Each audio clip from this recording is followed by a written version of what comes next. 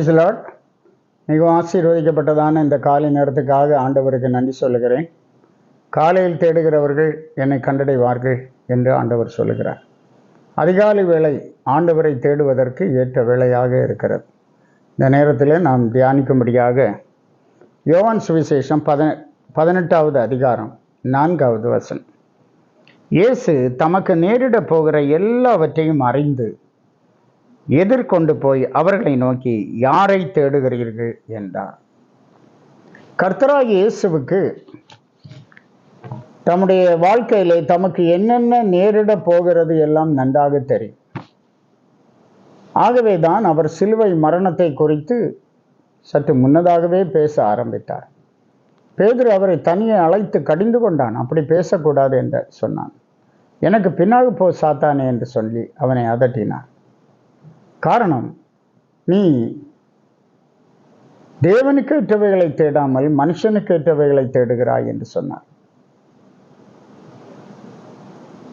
தேவனுடைய குமாரனாய் இந்த உலகத்தில் வந்ததின் நோக்கமே சர்வலோகத்தின் பாவத்தையும் சுமந்து தீர்ப்பதற்காக என்கிறத இயேசு அறிந்திருந்தார்.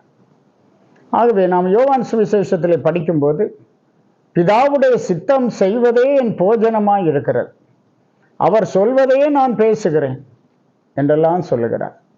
நான் சுயமாய் ஒன்றும் செய்கிறதில்லை என்று சொல்லுகிறார். ஏனென்றால் அவர் ஒரு பலி பொருள், அவர் ஒரு பலியாக செலுத்தப்பட வேண்டியவர்.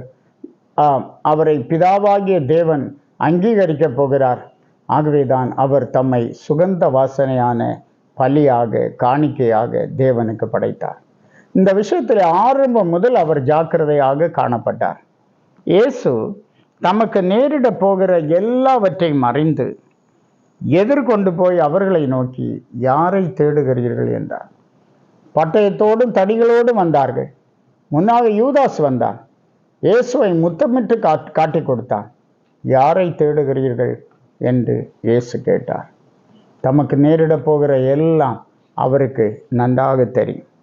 ஆகவேதான் யோவான் சுவிசேஷம் 14ஆம் அதிகாரம் 1 வசனத்தில், உங்கள் இருதயம் கலங்காதிருப்பதாக, தேவனிடத்தில் விசுவாசமாயிருங்கள், என்னிடத்திலும் விசுவாசமாயிருங்கள் என்று ஆண்டவர் சொல்லுகிறத பார்க்கிறோம். உங்கள் இருதயம் கலங்காதிருப்பதாக, தேவனிடத்தில் விசுவாசமாயிருங்கள், என்னிடத்திலும் விசுவாசமாயிருங்கள் என்று கர்த்தர் சொல்லுகிறார். இந்த நாட்களில் நாம் சோர்ந்து போக வேண்டாம். வாழ்க்கையில் பல போராட்டங்கள் உண்டு. கிறிஸ்தவ வாழ்க்கை என்று சொன்னாலே போராட்டம்தான், பிரச்சனை தான். பலவிதமான காரியங்களை நாம் எதிர்கொண்டு வாழ வேண்டியவர்கள். இவை எல்லாவற்றையும் ஜெயிக்கும்படி நம்மை பலப்படுத்துகிறவர் நம்முடைய கர்த்தராகிய இயேசு கிறிஸ்து. இவை எல்லாவற்றையும் ஜெயிக்கும்படி நம்மை பலப்படுத்துகிறது அவருடைய சிலுவையின் பாடுகள். ஆகவே சிலுவையை தியானிப்போம், ஆண்டவருக்கு பிரியமாய் காணப்படுவோம். அவர் நம்மை வழி நடத்துவாராக. ஜெபிப்போம். நல்ல ஆண்டவரை நன்றியோடு துதிக்கிறோம். ஆசீர்வாதமான இந்த காலை வேளைக்காக கர்த்தருக்கு நன்றி சொல்லுகிறோம். எங்களுடைய உலக வாழ்க்கையிலே பற்பல விதமான போராட்டங்கள் உண்டு. ஆனால் எல்லாவற்றிலும் எங்களுக்கு ஜெயம் தந்து எங்களுக்காக வெற்றி கொடி ஏற்றுகிறவர் நீர் ஆண்டவரே. உடைய அன்பை ருசிக்கிறோம். நீரை முன்னாக கடந்து செல்.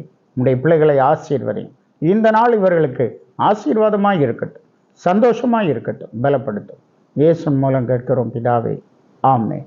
ஆமென். God bless you.